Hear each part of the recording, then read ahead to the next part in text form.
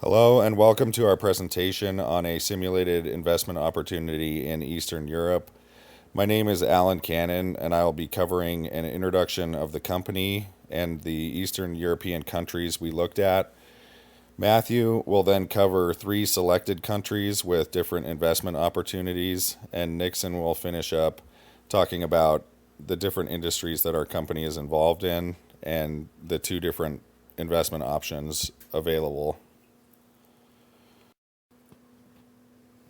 So UXI is the company, and it has holdings in pollution control, processing of pulp and paper, processing and packaging of frozen foods, and manufacturing of chemicals.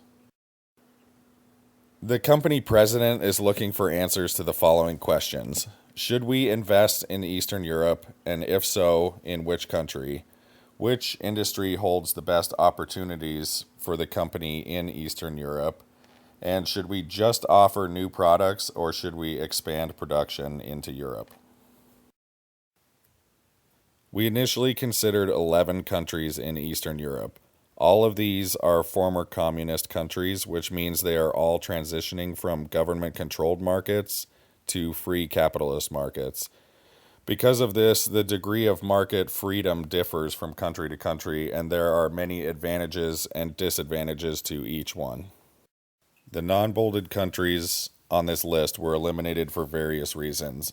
Some of those reasons include, but are not limited to, corruption concerns, low economic growth, investment issues relating to government and banking, and the degree of development and competition. The countries that we decided to look closer at are Poland, Hungary, and Albania. Matthew will now discuss why we chose these 3. All right, now I'm going to give a brief history of the countries we chose. Poland became a country in the 10th century and joined the Polish-Lithuanian Commonwealth later. In the 18th century, Poland was surrounded by Russia, Prussia, which was later Germany, and Austria. Poland is rich in coal, sulfur, copper, natural gas, and other natural resources. Poland also has well-developed and open market economy. Hungary became a Christian kingdom in the 10th century and was later part of the Austro-Hungarian Empire. Hungary has natural resources similar to Poland and has financial issues with personal and economic debt. Hungary also has an open market economy. Albania gained its independence from the Ottoman Empire in 1912 and was conquered by Italy in 1939. In 1943, Albania was occupied by Germany. Albania shares similar natural resources to both Hungary and Poland and has a challenging transitional market economy. Past governments have had little success in turning around Albania a profitable nation. All 3 of these countries became communist after World War II and changed to a democratic system by 1990. The first country that we explored going into is Poland. Some of the pros from Poland is it has the second largest economy. Poland is an EU member, and they have a stable currency. Poland also has a moderate corporate tax rate of 19% and has a very large skilled labor workforce. Some of the cons of going into Poland were the high unemployment rate of 10%, and they also have the working population issues, and the companies experience a lot of red tape issues. The second country we explored going into is Hungary. A few of the pros for going into Hungary was that Hungary is also an EU member. They have a large workforce size. Hungary has a low unemployment rate of 7.1 and good low wages. They have a growth rate of 3%, and they have a moderate corporate tax rate of 19%. A couple of the cons for going into Hungary was the currency exchange rate, government, and economic instability. The third country we explored going into was Albania. Some of the pros for going into Albania were that they had low wages and low corporate tax rate of 15%. They also have good growth of foreign direct investment, and Albania provides incentives for foreign direct investors. A few of the cons for going into Albania were that they were not a EU member, they had a small economy, they had a high unemployment rate of 17.3%, and they had poor exchange in their currency. The country we chose to go into was Poland. And we chose Poland because of the size of their economy. They had a good growth rate. They have a very skilled labor force. They have good infrastructure and technology, making it easier to do business. And it was a good industry fit for our company. After choosing a country, then we had to look at the industries we have and make decision of which one would be more profitable for us. Looking at the chemicals, we looked at profit margin, and it's relatively low margin unless you go for a specialized or diversified industry. Also, it's a large industry in Europe and in Poland. However, it has a very low growth rate. For the pollution control industry, it has higher profit margins and is a small industry in terms of the number of competitors. Overall, sales in the pollution control industry tend to be high.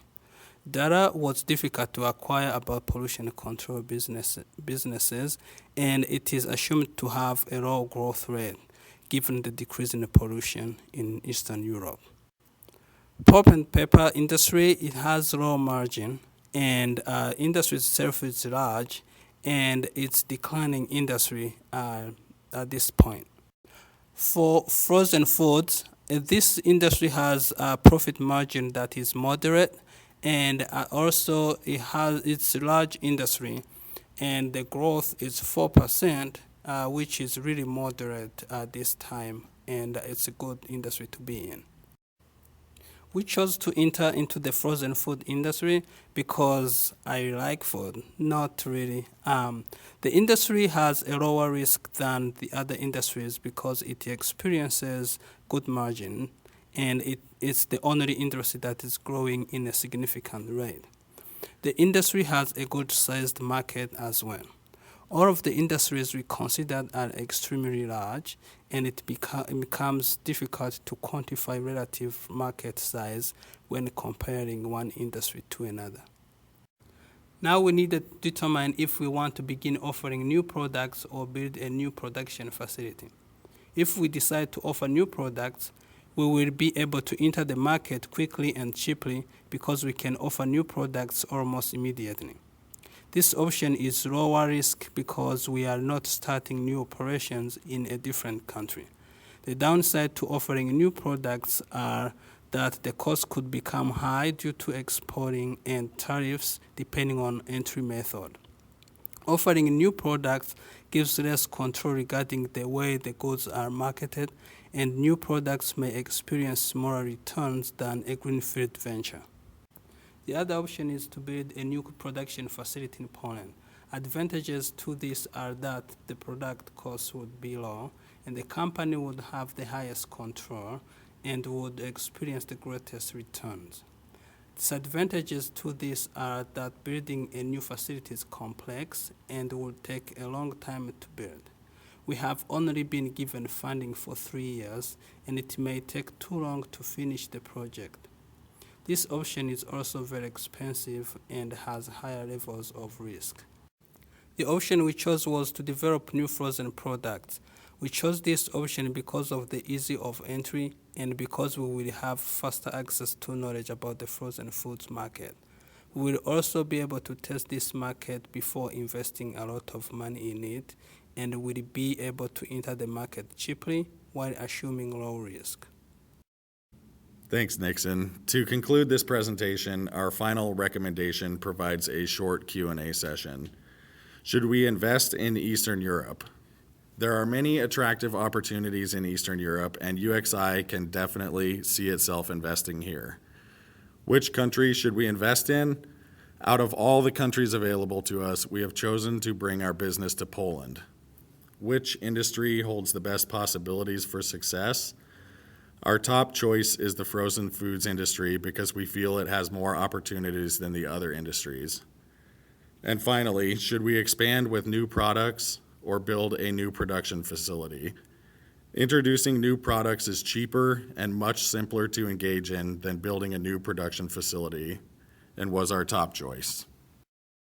In this case, we assumed that UXI is looking at the entire Eastern European market. Limitations as far as accuracy and availability of data, unforeseen future events, and personal bias exist as well. Thank you for watching.